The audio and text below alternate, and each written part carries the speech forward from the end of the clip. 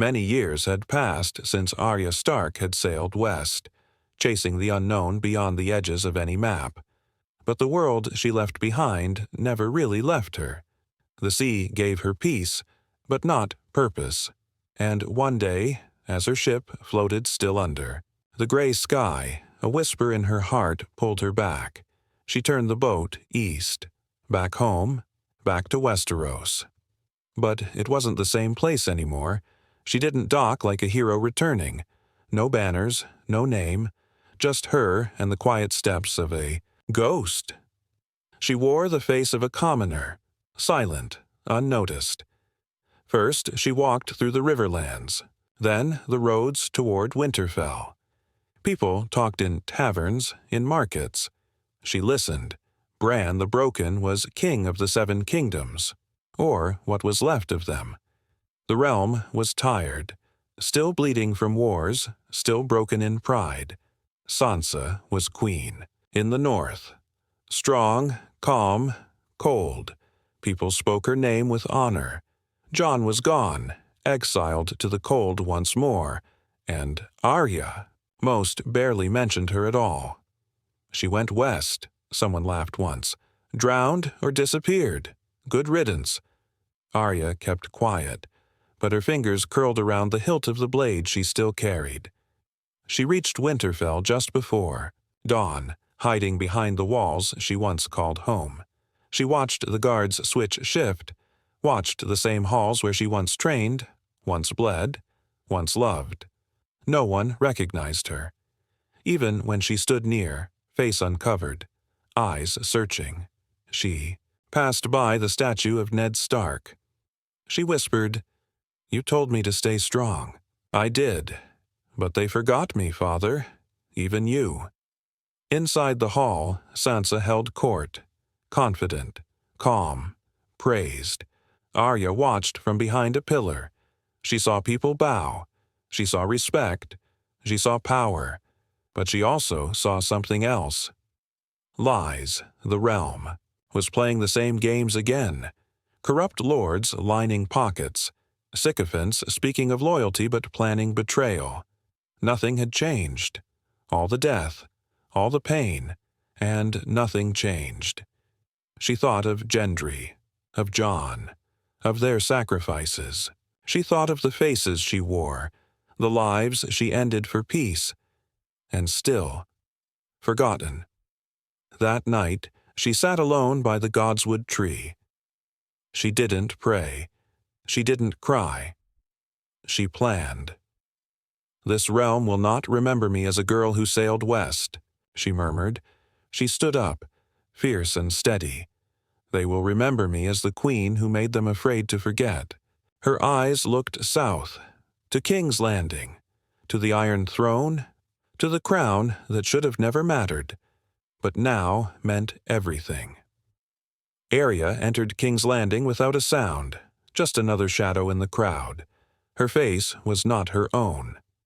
She had chosen the face of a simple kitchen maid, a girl no one would look at twice. The city had changed, yes, but it still smelled like lies. The same streets where children starved and lords dined on gold plates. Nothing had changed. The wheel still turned and crushed the same people. She began in the kitchens of the Red Keep. Nobody noticed her. That was her gift. She watched and listened. Day after day she learned more than any raven could ever carry. One night, hiding, behind a cracked stone wall near the council chamber, she heard two lords whispering, "Queen Rhaenyra wants Bran gone. She says the people need someone stronger. The boy king is weak. She'll do what Cersei couldn't." Arya leaned in closer. Her heart didn't race. It stayed calm, cold. Later, in the wine cellar, she caught one of those same lords alone. He reached for a bottle. She stepped from the shadows. "You're working against the king," she said, dropping her servant's voice, her real voice, the one no one expected to hear. The lord spun around, confused, angry. "Who are you? What are you doing?" She grabbed his throat, fast, firm. "You know who I am," she whispered. "Say it." His eyes widened. He tried to deny, but he saw it then. The steel in her eyes. The weight of death behind her silence. "Arya." "Stark?" She let go, just enough to let him breathe. "You will do what I say," she told him, "or your head will be the next message I send. I have family. Then stay loyal. Or I'll wear your face when I tell them what you did." He nodded fast, terrified. In the days after, Arya used that lord to feed her more names, more secrets. She moved like a shadow, collecting blackmail like arrows in a quiver. She learned. Of the Master of Whispers who sold secrets for coin. She slipped a note into his bed. "I know your daughter lives in Dorne. One wrong whisper, and she dies first." He stopped speaking after that. She bribed a stable boy who saw too much. She threatened a baker who heard too much. The Red Keep, strong, on the outside, was rotting inside. And Arya, she was the mold growing fast in its walls. One night, in the corner of a dusty corridor, a nobleman grabbed her wrist. "You're no servant," he hissed. "Who are you?" Arya leaned close. Her eyes, unmasked now, looked into his soul. "I'm your next queen," she said, before vanishing into the dark. By now, the whispers had started to spread. They didn't know her name, not yet. But people in King's Landing began to murmur about a ghost in the castle, a shadow that watched, a breath behind the ear. Someone was moving in the dark, and people were dying. Arya chose her first target carefully, a man named Lord Veller, rich and powerful. He held the treasury tight, funding enemies, on both sides. He smiled in public, but his heart was black. He had paid for soldiers to guard the Queen Regent's coup. He thought he was untouchable. One evening, he sat in his private chamber sipping wine sweetened with honey. He didn't know it had been touched. Arya had walked in earlier that day with a different face, holding a tray. No one questioned her. No one ever did. As the poison began to work, Veller stood from his chair, coughing. He knocked the goblet over. His face turned red, then blue. He gasped for breath, clawing at his throat. When his body was found, cold and stiff, a strange mark was left on the floor beside him. Not a wolf, not a crown, just a faceless coin. The city panicked. One noblewoman refused to eat for 3 days. A young scribe vanished, though Arya never touched him. Fear alone made him flee the capital. Whispers turned to fear. They said a faceless assassin was back.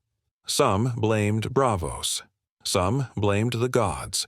But the ones who held secrets knew the truth. Someone was sending a message. Arya watched it all from the shadows.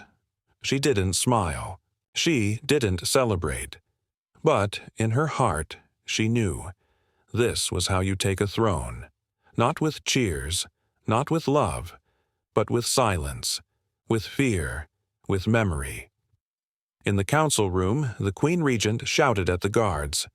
"Find the killer. Lock the gates. Search the tunnels." But it was too late. Arya had already slipped through the cracks again. She moved at night, listening to the panic she created. No one could stop what they couldn't see. She passed by commoners in the street. "I heard it's a ghost," one said. "No," whispered another. "It's her. The girl who killed the Night King. The wolf who vanished." Arya walked by them. They didn't see her, but they spoke her legend anyway. From the top of an old tower, Arya watched the Red Keep shake with fear. She stood still, hands crossed, heart silent. "They remember me now," she whispered. Inside the castle, a servant girl ran to her mistress. "My lady," she cried, breathless. "Another one is dead. They say the faceless one strikes again." And, high above, Arya watched as the lords and ladies began turning on each other. No alliances held when fear crept in.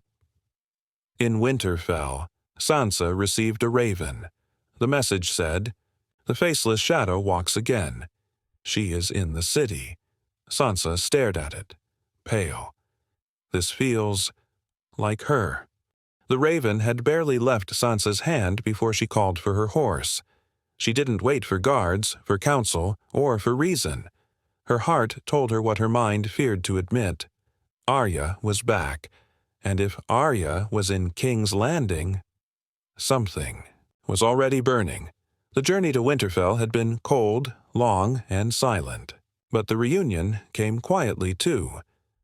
Arya stood beneath the old tree in the Godswood like a memory returned from the grave. She didn't wear a mask now, no disguise, just her face.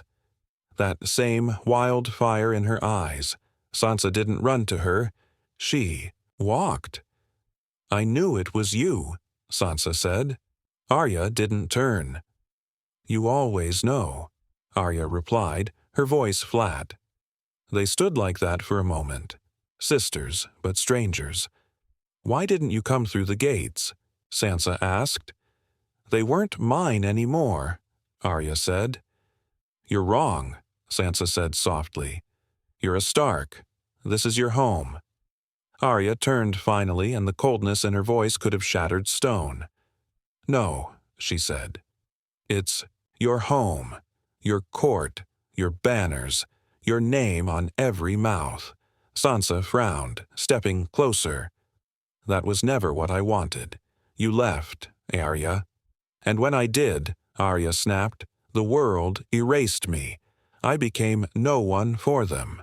But I bled. For this realm. I killed for it. I walked through death and wore its face. And now I come back. And I'm not even a memory." Sansa's voice cracked, but she held firm. "Arya, you can't punish the world for forgetting." Arya stepped in, close. "I can, and I will." "You sound like Cersei," Sansa whispered. "You sound like her more than anyone else now." Arya didn't flinch. And yet, she ruled. That silence between them was loud. "You always envied me," Sansa said finally, "even when we were girls." Arya laughed without smiling. "No, I envied your place in the story. I envied that you could play the game and still be seen. I didn't want your gowns or your smile. I wanted your right to be remembered." The wind rustled the old leaves above them. Sansa touched Arya's arm, softly. "We don't have to do this." But Arya pulled away. "You always think we have a choice," Arya said. "But some of us were shaped to survive. And some of us were shaped to change everything. I'm not here to visit. I'm here to take what I earned." Sansa's voice lowered. "If you try to take the crown, the realm will bleed again." Arya stared back. "Then let it bleed." Sansa said nothing as Arya walked away. But the next morning, she sent a raven to Bran. Urgent. She wrote only 7 words. "It's Arya, and she's coming for the throne." The Red Keep was never safe. Not truly. Not for kings, nor queens, nor ghosts returning from the edge of the world. Arya knew every crack in the walls, every tunnel built in secret, every step that echoed louder than it should. The paths were still there. Tunnels her ancestors once used to flee or to hide. Now she used them to walk straight into the heart of power. The throne room was still the same. The Iron Throne stood tall, ugly, sharp, forged in fire, soaked in blood. No one sat on it now. Not since Bran preferred his chair in the tower, far from court. The throne became a symbol again, not a seat. She stood before it in the dark. Just her and the ghosts of those who died trying to keep it. "I bled for a world that still worships this chair," she whispered. Behind her, quiet footsteps. "Didn't think I'd see you here." Arya turned. Gendry stood in the doorway, older now, but still carrying the same sorrow in his eyes. The Baratheon name hung heavy on him, but he wore it without pride. "Gendry," she said softly. "I heard the rumors," he said. "A faceless ghost." A dead girl returned. And yet, here I am. He took a few steps forward. Why now, Arya? She didn't answer. Instead, she asked, Do you still serve the king? I serve peace, he said. Same as you once did. Arya looked away. Peace doesn't remember the ones who bought it with blood. Gendry stepped closer. You think taking the throne will fix that? You think wearing a crown makes them remember? No, she said, but it will make them never forget again. Gendry reached for her hand. She didn't stop him. You don't need to do this. I already started. They stood in silence, his hand on hers, their breath slow, so much time between them, and still the same ache. She kissed him. Just once, long enough to remember warmth, short enough to know it wouldn't last. Then she stepped back. Tell Bran I'll see him soon, she said. Gendry's voice cracked. You'll destroy everything again. Arya nodded. Then I'll build something that lasts, with truth, with fear, not lies. She walked past him, back into the tunnel. That night, she didn't sleep. She studied the patterns of the council. Who visited whom? Who whispered? Who lingered too long? She watched the way Queen Rhaenyra moved, always surrounded by guards, yet always glancing over her shoulder.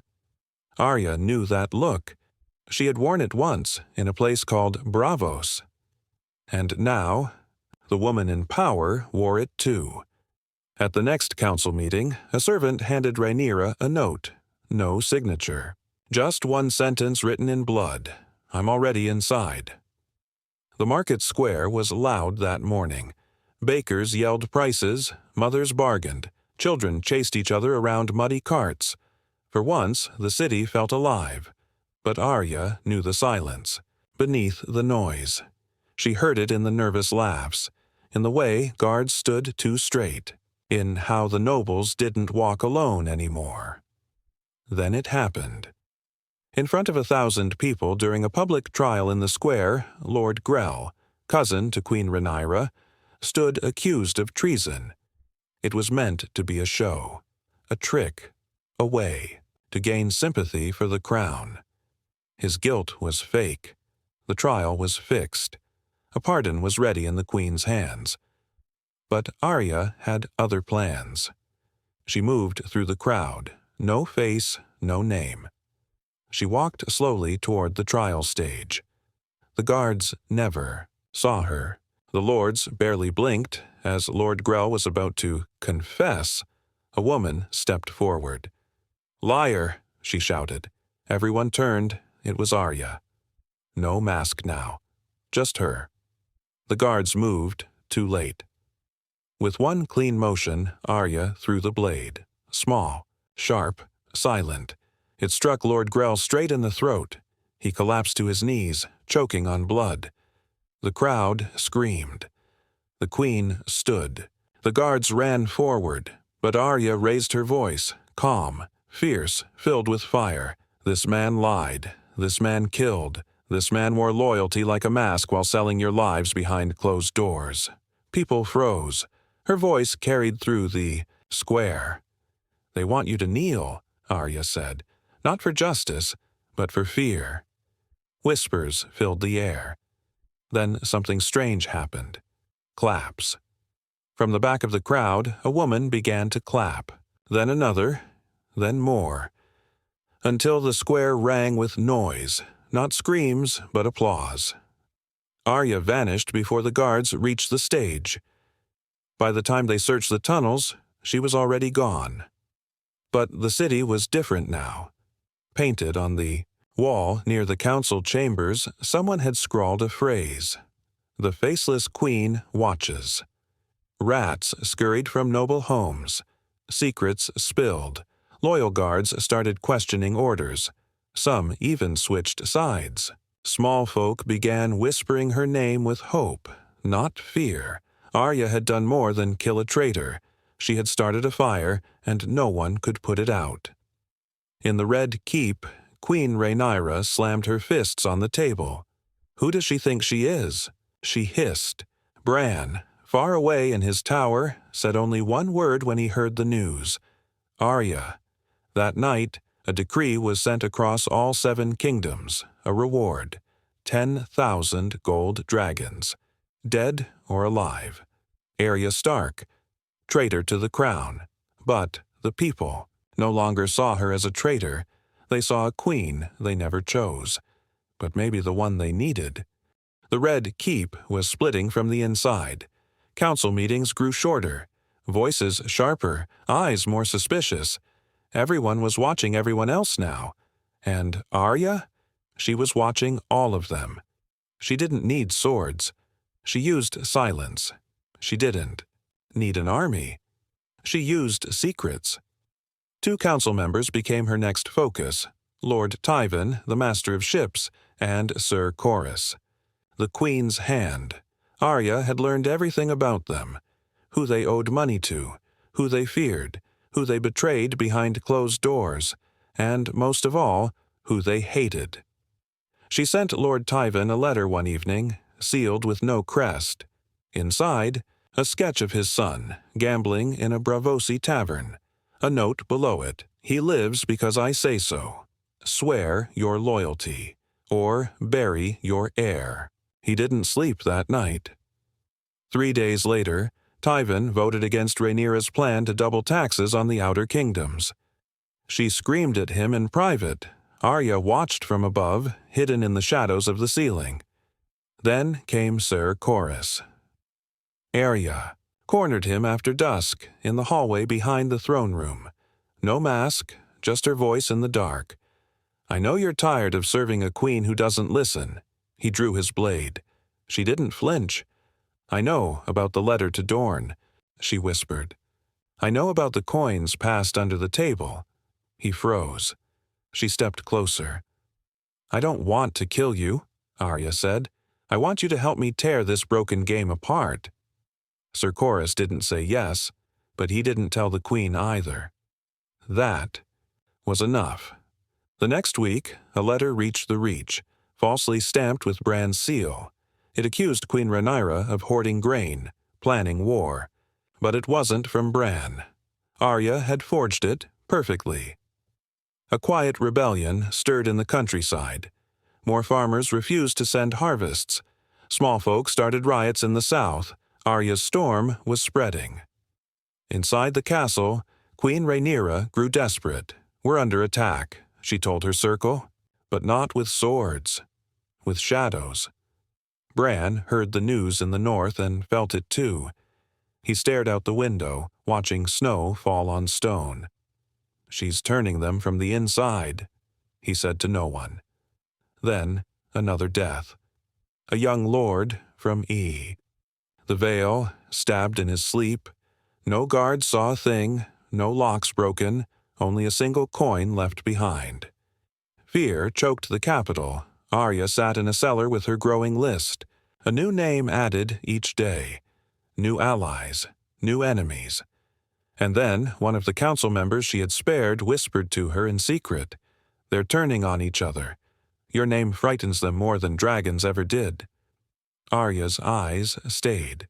"Cold, good," she said. "Loyalty is a weapon. Use it right, or I will."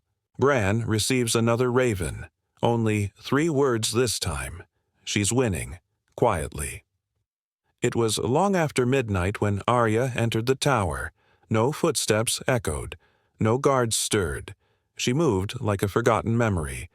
Not sneaking, just existing, where others feared to walk. Bran waited for her. He always knew she would come. He sat alone in the highest chamber, his eyes on the stars beyond the window. When she stepped in, he didn't turn. "You could have knocked," he said softly. "I'm not here for courtesy," Arya replied. He slowly faced her, older, thinner, but still calm. Too calm. "You've started a war," Bran said. "And you don't even call it that." "I didn't start it," Arya said. "They did, when they forgot who bled to keep their peace." He nodded slowly. "You've become something else." Arya stepped closer. "I became what was left," when everyone else chose silence. You wear fear like armor now. Better than wearing pity like a crown. Bran sighed. You always walked your own road, he said. But this one, Arya, you've crossed a line. No, she said. I burned it. The silence between them hurt more than shouting. Arya stared at him. Her brother, her blood. But the throne had pulled them far apart, just like it had with every other family. You let them rule in your name, she said. You watched as power fed on the weak again. You saw it and did nothing. I see more than you think, Bran said. Arya's voice cracked. Then why didn't you stop it? Because I wanted to believe peace was enough. Arya shook her head.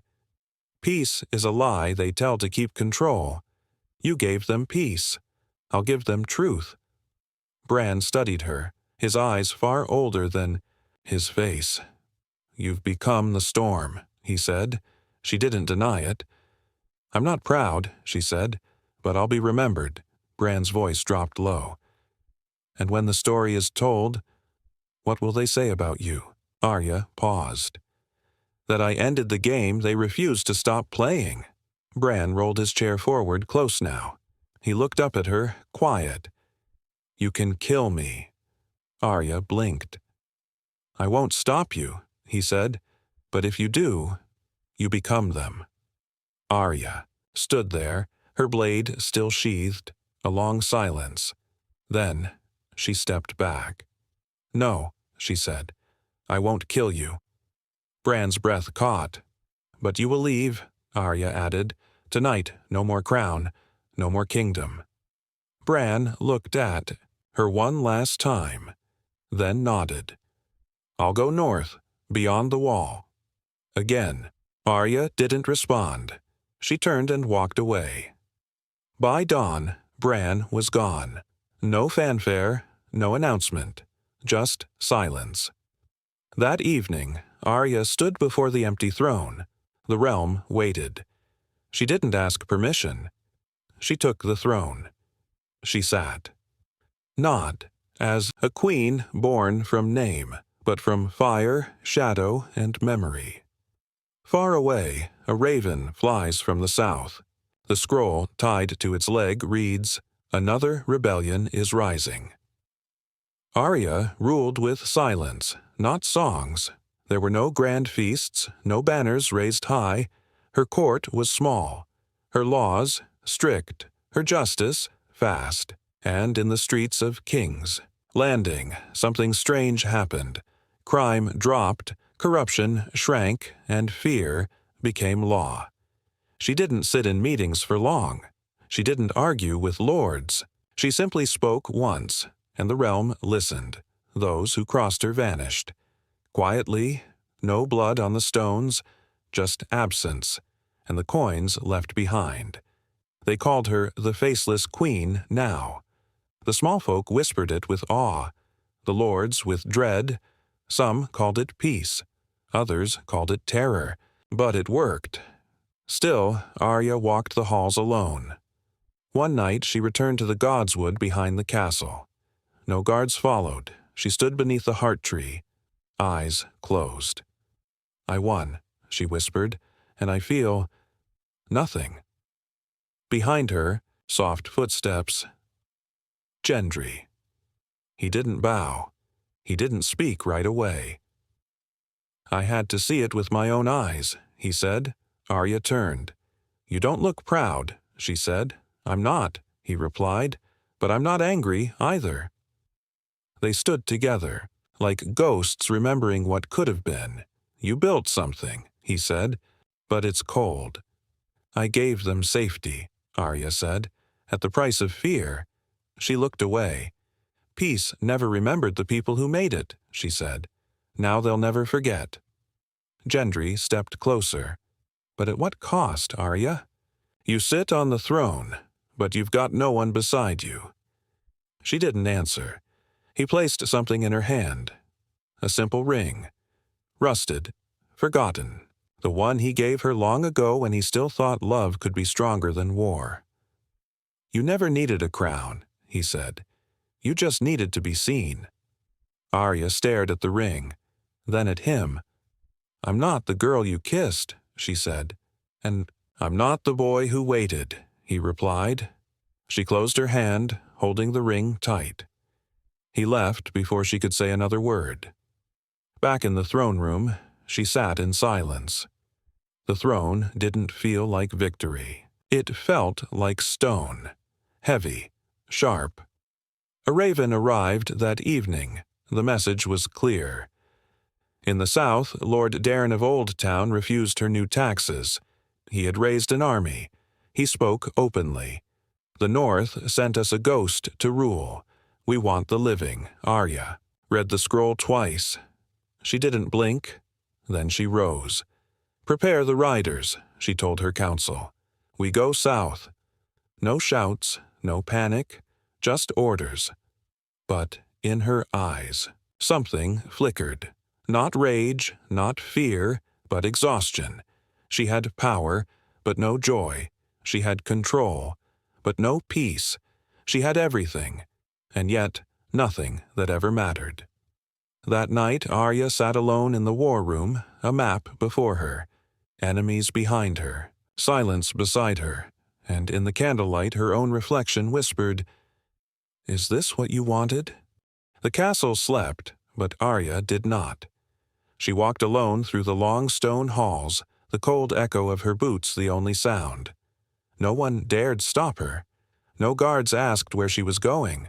She was the queen, the faceless ruler of the 7 kingdoms, and yet, tonight, she moved like someone invisible again. She passed the chamber where her council once met, empty now. She passed the throne room. The iron throne stood in the dark, untouched. She didn't enter. She kept walking. Every step felt heavier. Outside, the wind howled across the battlements. Arya stood on the highest balcony looking out over the city, a city now quiet, now obedient, but never grateful. She closed her eyes. She remembered her father's voice, her mother's laugh, Rob's smile, Jon's loyalty, Sansa's pride, Gendry's touch, and how she had outlived them all, not by luck, but by choice. Behind her, a servant arrived silently and handed her a letter. She opened it slowly. Handwriting was familiar. Jon. He had written from the far north, where the snow never melts and the stars feel closer than men. His message was short. You won your war, but if you still feel empty, it wasn't victory you needed, it was peace. She read it again and again, then folded it carefully. No tears, just silence. At dawn, the castle woke to confusion. The throne room stood open, her crown placed neatly on the seat, her sword gone, her chambers untouched. Arya Stark had vanished. No blood, no trail, no message. Only a story left behind. Some say she died. Others believe she returned to Braavos. Some whisper she walked west again, beyond maps, beyond names. But a week later, in a small village on the edge of the Riverlands, a child swore he saw her. A woman with no face, sitting by a tree watching him play.